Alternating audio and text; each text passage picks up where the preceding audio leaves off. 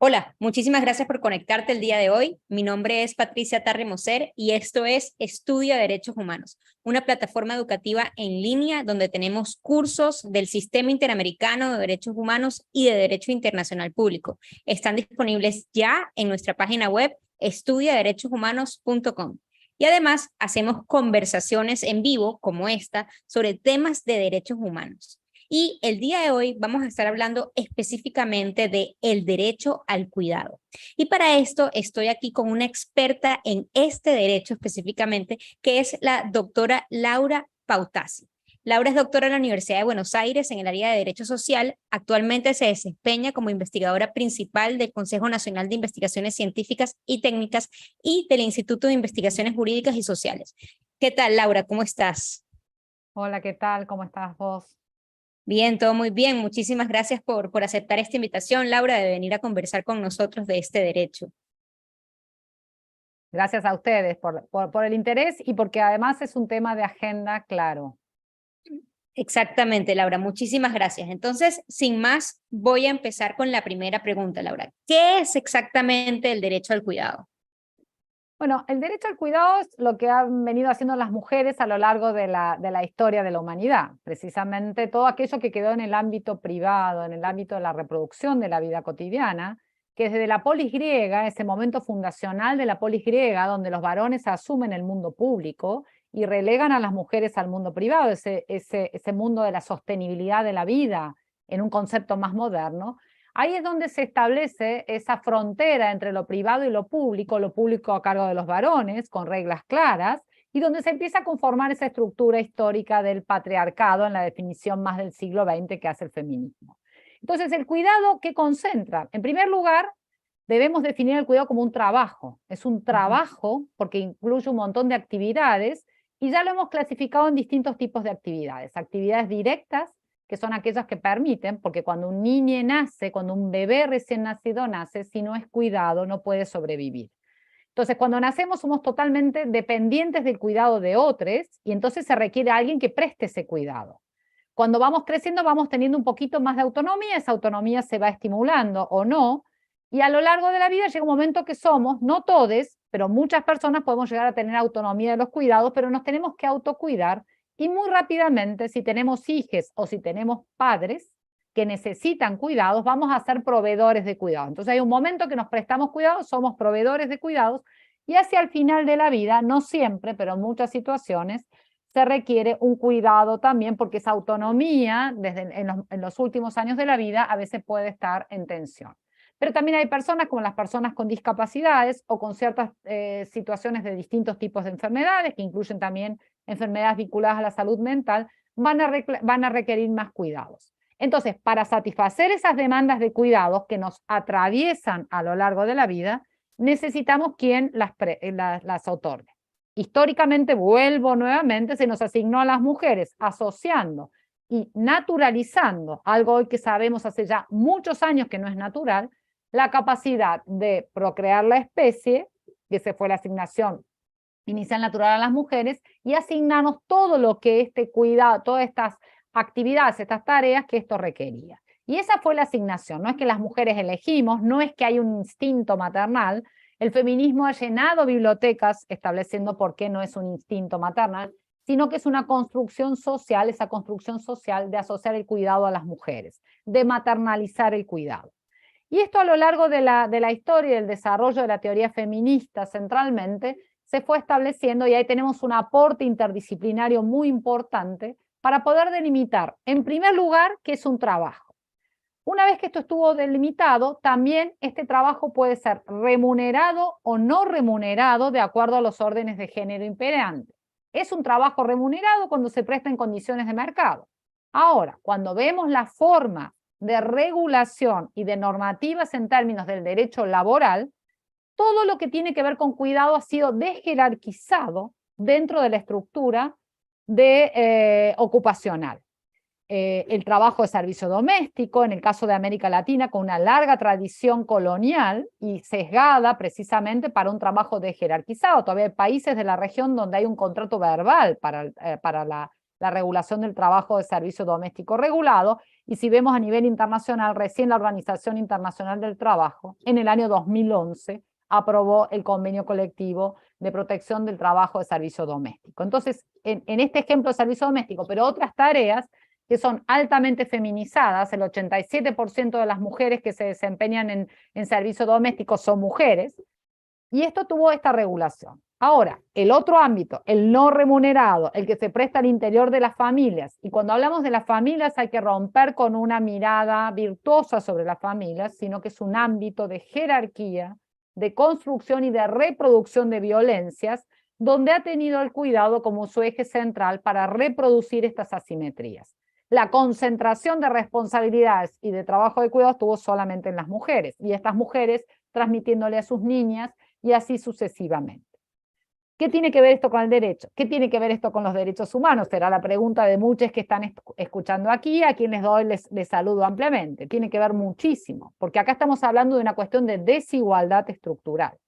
Esa división público-privada, todavía hoy vigente en nuestras sociedades, esa concentración y asignación de actividades y tareas arduas, sin horarios, con enorme carga, con especialización, ha sido concentrada en las mujeres.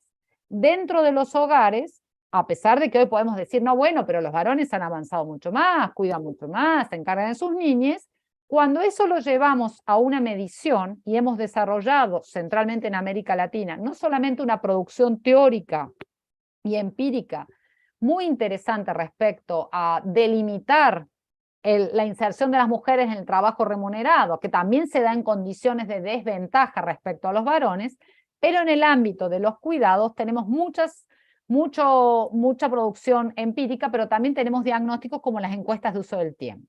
Esas encuestas de uso del tiempo, que son más de 20 países de la región que las tienen desarrolladas, son un instrumento estadístico muy importante, que nos muestra, sin excepciones, que en todos los países de América Latina, más de la mitad de las horas, es decir, las mujeres dedican el doble de tiempo a las tareas de cuidados respecto a los varones.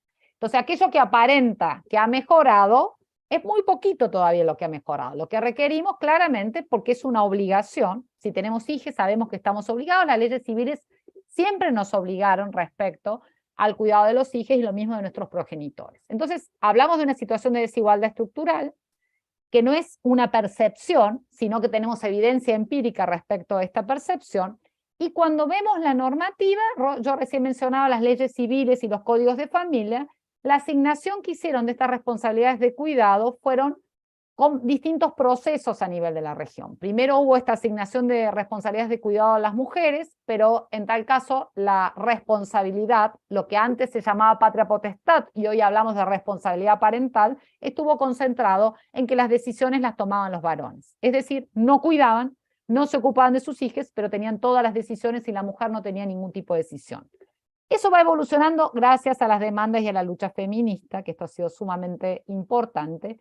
Y a nivel regional, la problemática del cuidado, esta desigualdad estructural que se da en todos los ámbitos, cuando vemos la normativa laboral, no solamente que se ha regulado diferente las tareas de cuidados respecto a la norma general, y entonces tenemos la mayoría de las regulaciones, por ejemplo, la legislación de servicio doméstico remunerado eran estatutos especiales o códigos especiales, recién en este siglo XXI se empieza a equiparar al resto de las condiciones, pero en general, ese gran conjunto, que son pocas prestaciones, es un gran conjunto en términos de que costó mucho que los códigos de trabajo tuviesen, que son lo que conocemos como las políticas o las medidas de conciliación trabajo-familia.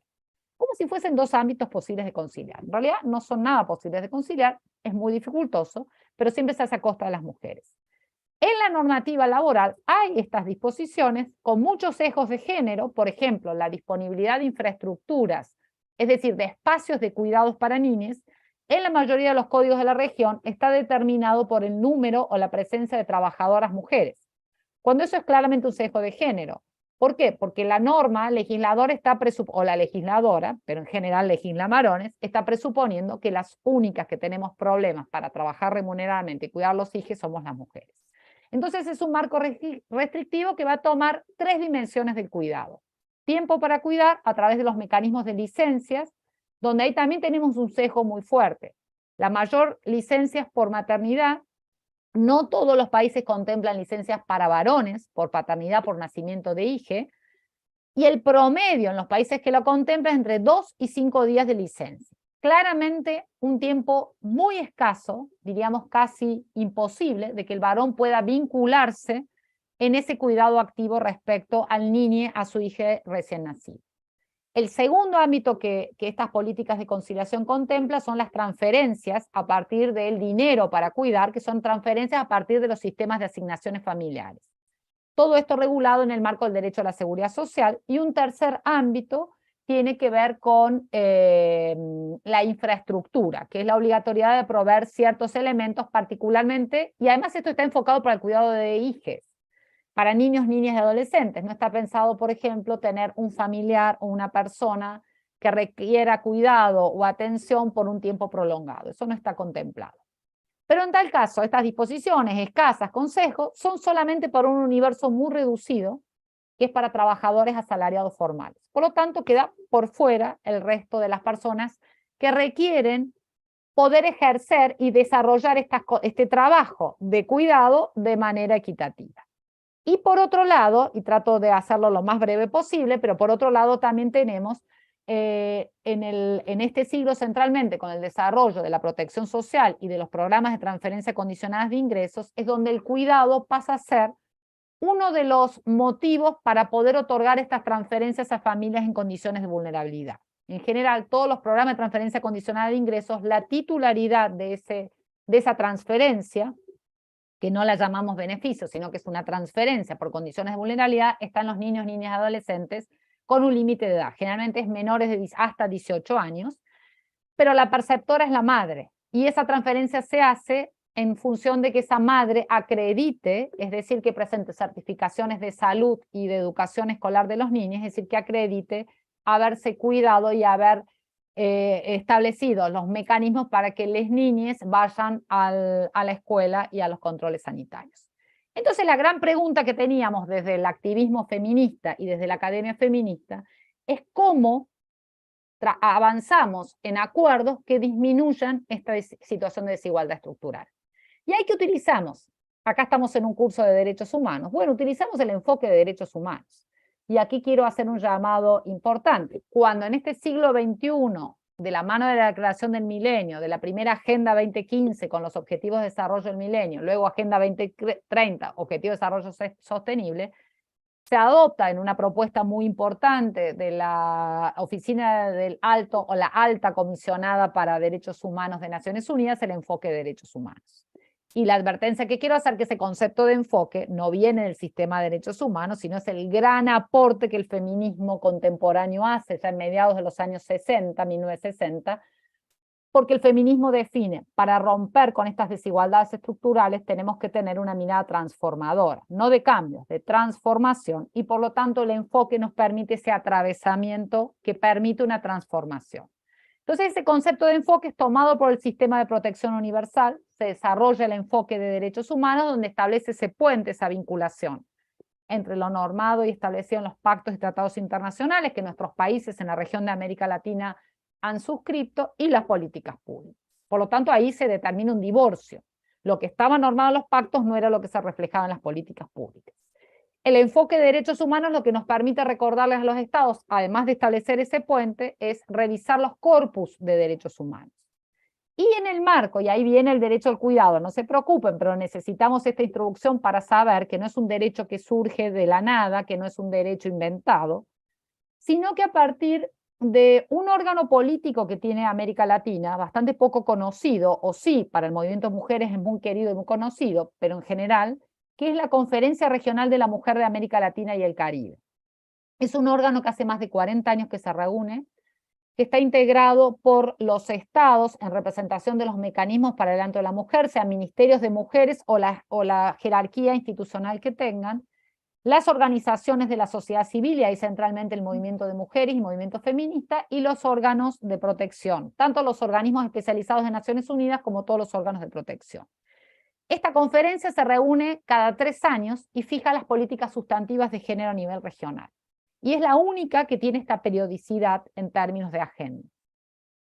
En el año 2007, en las rondas preparatorias y las mesas directivas de esta conferencia, ya las ministras de la mujer pusieron en debate y en agenda el cuidado. Y pensando en una economía del cuidado precisamente, porque gracias a esta mirada interdisciplinaria, las economistas feministas nos permitieron cuantificar toda la producción de valor económico que se hace en torno al cuidado. Es decir, aquello que se produce en los hogares genera valor económico. Es una economía no monetaria que alimenta la economía monetaria y que en el caso que lleva entre 15 y 23 puntos del Producto Bruto Interno y que la pandemia quedó claramente demostrado cómo lo no monetario sostenía lo monetario. Las ministras ponen en la conferencia de Quito del 2007 la problemática respecto a la economía del cuidado y allí, desde la Secretaría Ejecutiva de esta conferencia, que es la Comisión Económica para América Latina y el Caribe, la CEPAL de Naciones Unidas, elaboramos un documento. Ese documento establecimos, y ahí yo fue un documento de mi autoría, donde aplicamos la metodología del enfoque de derechos humanos y encontramos que todos los pactos y tratados internacionales hablaban de cuidado. Y no decían cuidado, sino que hablaban del concepto de vida digna, de protección a la maternidad, de protección de las personas mayores, de protección de las personas con discapacidad, y eso es cuidado. Entonces, en esta interpretación, sumado todos los órganos, a los comités de los pactos, los comités de derechos del niño, la CEDAW, cuando la CEDAW establece la obligatoriedad de ambos progenitores de asumir el cuidado, lo que determinamos que el cuidado estaba reconocido por los estados, se habían comprometido en sus obligaciones en 3 elementos que definimos: el derecho a cuidar, a ser cuidado y al autocuidado. Este documento se presenta en la conferencia, las ministras de la región junto con la sociedad civil adhieren a esta aplicación de la metodología, donde se podía ver claramente todos los compromisos, y termina, estas conferencias tienen un cierre con un consenso o un compromiso de acuerdo al momento en el cual lo definen, y el consenso de Quito del año 2007, las ministras de la región reconocen el derecho al cuidado. Todos los compromisos y consensos posteriores, el último es del año 2022, que se llama el Compromiso de Buenos Aires, porque la conferencia tuvo lugar en la ciudad de Buenos Aires, se estableció y se comprometieron los gobiernos en el reconocimiento del derecho al cuidado, y la vía de la política pública para resolver el cuidado son los sistemas nacionales de cuidados. Ese es el compromiso de Buenos Aires del 2022, pero en paralelo también la región, por ejemplo, la Ciudad de México en el año 2007 en su constitución reconoció el derecho al cuidado. Ya teníamos antecedentes en la Constitución de Bolivia y en la Constitución de Ecuador, pero ahí se reconoció el trabajo de cuidado no remunerado, no se lo conocía como un derecho humano. En la Constitución de México se reconoce, ahora está en tratamiento en la Constitución a nivel federal, una reforma, una enmienda en México a nivel federal. El proyecto o el plebiscito y el proceso constituyente en Chile también lo reconoció como un cuidado. Lamentablemente el plebiscito de salida no aprobó esa constitución, pero se sentaron el piso para el reconocimiento para el cuidado, y tenemos varias interpretaciones de cortes constitucionales también. Entonces, voy a lo central. ¿Cuál fue lo oportuno de este desarrollo y el reconocimiento del cuidado como un derecho humano? Primero, que se sitúa en la persona. Es un derecho de cada persona para cuidar, para ser cuidado y para el autocuidado. Y sobre todo abrirle el espectro del autocuidado, un campo altamente de acuerdo a las condiciones de alta vulnerabilidad que tenemos en la región, es un espacio sumamente importante en términos de reconocimiento. Segundo, trasciende la condición o la posición. Que yo esté en condición de vulnerabilidad es uno de los requisitos para que yo acceda a ciertas protecciones de cuidado. Pero si yo lo estoy reconociendo como un derecho de la persona y un derecho humano, trasciende esa relación, trasciende las regulaciones del derecho civil, del derecho de la familia, pero también trasciende la relación asalariada formal donde estaban estas prestaciones de cuidado. Y además, este reconocimiento del cuidado como un derecho humano habilita su tratamiento desde los principios y desde los estándares de derechos humanos que son absolutamente centrales para su desarrollo.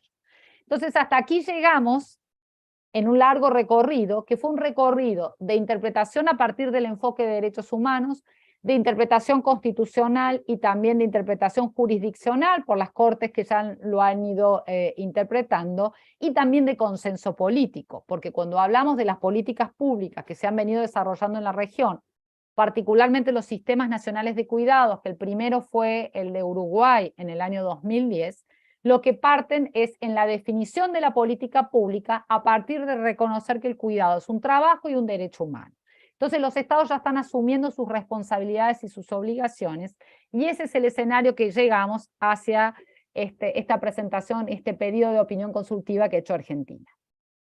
Bueno, buenísimo, Laura. Qué buena recapitulación de todo lo que ha pasado en estos años. Y antes de entrar a la solicitud de opinión consultiva, quisiera entender un poquitico más del contenido, específicamente del derecho a cuidar, ¿no? Diferenciándolo de los otros dos, del autocuidado y el derecho a ser cuidado. Entonces, del derecho a cuidar, ¿esto qué significaría? O sea, ¿cuál sería el contenido de ese derecho específico? Sí, claro, muy buena pregunta. El contenido específico de ese derecho es generar, porque para realizar el trabajo de cuidado, aunque sea no remunerado, y centralmente porque es no remunerado, no tenemos condiciones para hacerlas. Las mujeres las hacen como pueden. En América Latina se cuida cuando y se es cuidado como se puede. Y lo hacen las mujeres porque los varones no se han involucrado, centralmente. No es que haya ningún tipo ni de mandato, ni nada. No se han involucrado por distintas razones. Entonces, ¿cuál sería el contenido de este derecho a cuidar? Precisamente tener las condiciones y las precondiciones para desarrollarlo. Y esto es parte de las obligaciones estatales. Si yo tengo un marco de desigualdad estructural tan profunda como la que tenemos en la región, porque en general en América Latina siempre se dice que este es el continente más desigual de la Tierra, pero esa desigualdad se mide por el coeficiente de Gini, que establece la brecha entre los que más tienen y los que menos tienen. Y no se habla que este es el continente más desigual de la Tierra por la injusta división sexual del trabajo y de los cuidados. Entonces, si yo tengo condiciones de desigualdad estructural, donde no tengo condiciones para cuidar, y esto depende de qué dependen las mujeres en América Latina. Y ahí vamos a la tradición colonial del servicio doméstico. En América Latina ha sido una vía muy flexible y muy disponible para los hogares la contratación de una trabajadora de servicios domésticos. Pero ahora, ¿en qué condiciones hemos contratado a esa trabajadora de servicios domésticos? Estamos hablando de marcos regulatorios, cuando los hay por debajo de las condiciones de la norma general. Entonces estamos trasladando una responsabilidad o una resolución de cuidado hacia los hogares, y dentro de los hogares establecen distintos tipos de estrategias. Hay otras, y entonces la disponibilidad de ingreso va a ser lo que también me va a condicionar el ejercicio de este derecho al cuidado. Si yo tengo recursos, lo puedo solucionar. Luego, el Estado no se puede quedar de espaldas para ver cómo se soluciona, si están explotando, si hay altos índices de informalidad laboral de las trabajadoras de servicios domésticos. Pensemos también en el proceso de transición demográfica acelerado que tiene la región, el cuidado domiciliario de personas mayores. Ahí tenemos un alto núcleo también, por un lado, un nicho de mercado muy importante, porque esto está demandando. ¿Por qué? Porque en los hogares ya no están estas mujeres disponibles para cuidar, porque están trabajando remuneradamente, porque eso ha sido parte también del proceso de autonomía que en las cuales las mujeres también han resignado su ámbito de negociación de las condiciones de cuidado, porque estaban más preocupados por poder concentrar y por disminuir los niveles de violencia en los hogares. Pensemos que la pandemia, esa falsa romantización que se hizo de los hogares, lo que sacó a luz también es un crecimiento de las situaciones de violencia vinculados a una obligada, necesaria repartición de las tareas de cuidado. Entonces, ¿qué es el contenido del derecho al cuidado? Bueno, ¿cómo satisfacemos este tipo de situaciones que tienen que ver con este trabajo, que son obligaciones? ¿Cómo generamos las precondiciones? ¿Cómo generamos y promovemos una distribución de estos cuidados entre lo que la literatura llama el diamante del cuidado? Que también eso está situado entre la responsabilidad de los estados. En el siglo XX, la construcción de los regímenes de bienestar en Europa Central, y luego con traslado a nuestros sistemas de seguridad y con distintas experiencias híbridas en América Latina, la construcción de esos regímenes de bienestar se hablaba solamente de un triángulo del bienestar, que el Estado tenía que garantizar un vínculo entre Estado, mercado y familias. Hoy la literatura avanzó y trabajos muy importantes, los trabajos de Yara Razavi nos muestran que en realidad tenemos un diamante del cuidado. Y la cuarta arista de ese antiguo triángulo que se transformó en un diamante es las organizaciones sociales y comunitarias, que son centrales. Esto en la pandemia también quedó muy claro. Las ollas populares garantizaban la alimentación de sectores en alta vulnerabilidad. Entonces, garantizar el derecho al cuidado tiene que ir en dirección de establecer estas responsabilidades y que el Estado, en estos 4 cuatro aristas del diamante del bienestar, garantizar su distribución. Buenísimo, Laura. Y ahora sí te pregunto, ¿qué es lo que plantea Argentina en su solicitud de opinión consultiva a la Corte Interamericana?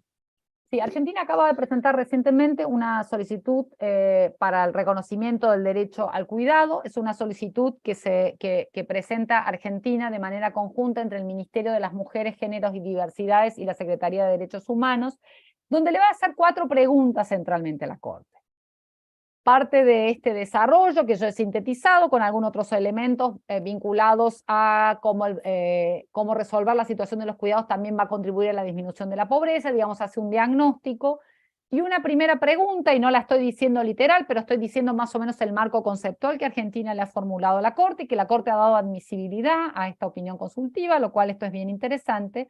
Le pregunta si efectivamente el derecho al cuidado es un derecho autónomo, situándose en el artículo 26 de la Convención Americana, pero también lo vincula con la Convención de Belén do Pará, y algo que creo que no dije, la región dio un paso muy importante con la Convención Interamericana de Protección de los Derechos Humanos de las Personas Mayores en el año 2015, donde allí ya se habla de cuidados concretamente. Ya en discapacidad se habla de cuidados, 2007, las 2 convenciones de protección universal y sistema interamericano, y en personas mayores, que era la convención que faltaba, que da el sistema interamericano, se habla concretamente de cuidados. Entonces, el primer grupo de preguntas que le hace la Corte Argentina a la Corte es precisamente sobre el carácter del derecho al cuidado en esta formulación, el derecho a cuidar, a ser cuidado y al autocuidado. Y le pide allí que se expida sobre los estándares del derecho al cuidado, sobre el contenido del derecho al cuidado, y particularmente que regule las obligaciones vinculadas al, que interprete el alcance de las obligaciones vinculadas. El segundo grupo de preguntas, y voy a buscarlo porque es muy reciente y todavía no los tengo todos en mi cabeza así de memoria. El segundo grupo de preguntas que le formula el Estado precisamente tiene que ver qué medidas, y le pide medidas concretas y hace una vinculación respecto al conjunto de políticas públicas. ¿Qué medidas son las más adecuadas que considera la Corte? Si es la vía de los sistemas nacionales de cuidado, donde Argentina está desarrollando también a partir de un proyecto de ley cuáles serían las medidas y cuáles serían, también hace una mirada respecto al principio de igualdad y no discriminación. Lo sitúa en el petitorio respecto al principio de igualdad y no discriminación. Siempre vinculado centralmente al 26, al artículo 26 de la Convención, pero también con los otros artículos regulados. El tercer consulta que le formula Argentina es lo que mencionaba respecto a las obligaciones, pero aquí vinculado con el derecho a la vida del artículo 4 de la Convención y al artículo 6 de la Convención también sobre la protección de los derechos humanos de las personas mayores. ¿Qué medidas deberían tomar los estados a la luz de dicho artículo en materia de cuidados para garantizar las condiciones de vida digna? Y finalmente hace un largo desarrollo, en esta opinión, el Estado argentino respecto a la interdependencia de derechos, con derecho al trabajo, a la seguridad social, a la vivienda, a la protección de los sectores más desfavorecidos, y formula un cuarto bloque de preguntas respecto a donde va precisando, y ahí se incorpora centralmente el protocolo de San Salvador, que el protocolo San Salvador, como sabemos, es el protocolo adicional en materia a la Convención, en materia de derechos económicos, sociales y culturales, donde allí quiero abrir un paréntesis porque ya el mecanismo de monitoreo del protocolo San Salvador, que está a cargo del grupo de trabajo para los informes nacionales previstos en el protocolo de San Salvador, tiene un mecanismo de monitoreo del cumplimiento de los estados a partir de indicadores de progreso.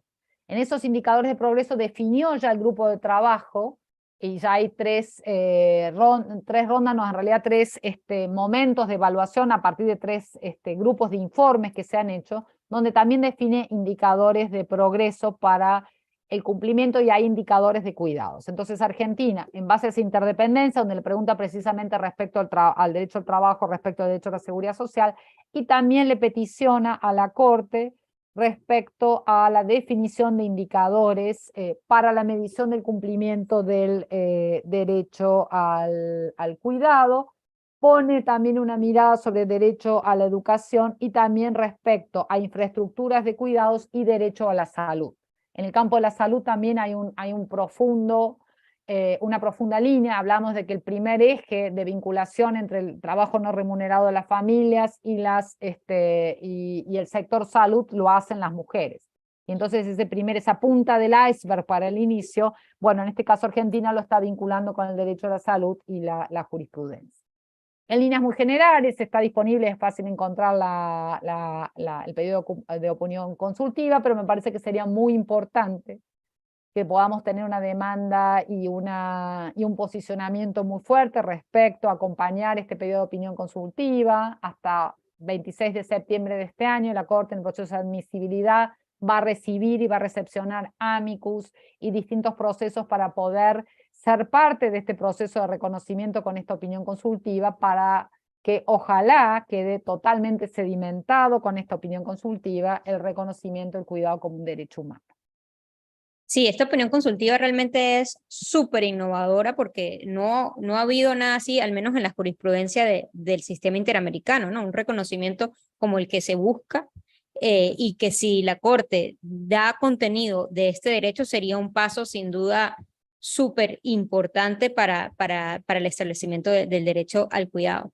Laura, no me queda más que agradecerte por tu aportación tan al punto y importante, y bueno, invitar a todos aquí presentes a que si están interesados en participar en esta solicitud de opinión consultiva u otra de las solicitudes de opiniones consultivas que están presentes, se pueden inscribir en el curso que tenemos de procesos de opiniones consultivas y cómo asegurar que tus observaciones tengan impacto. Les dejo el link en los comentarios. Y pues Laura, muchísimas gracias y espero hablar contigo quizás cuando salga la opinión consultiva para discutir qué te pareció esa decisión. Pero bueno, probablemente falta como 1 año y medio o quizás 2. Sí, pero claro, por supuesto con gusto, pero sigámosla de cerca, activemos positivamente, porque este es un derecho que nos involucra a todos absolutamente. Y si durante la pandemia no nos quedó claro, sería excepcional, porque en un momento todos tuvimos que cuidar todo el tiempo. Así que sigamos, porque sería muy importante poder avanzar para su reconocimiento. Así que muy agradecida. No, muchísimas gracias a ti.